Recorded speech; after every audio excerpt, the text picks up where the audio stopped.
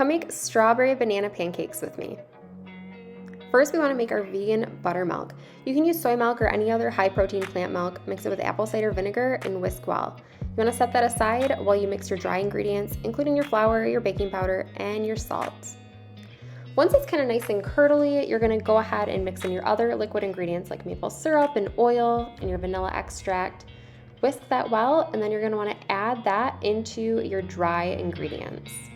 Go ahead and stir until just combined, and now you're ready for your fresh fruit, including fresh strawberries and diced bananas. Fold everything in until it's just combined. Put it on a hot griddle that's been sprayed, and then flip a little more expertly than I did to have your golden brown fluffy fruit pancakes.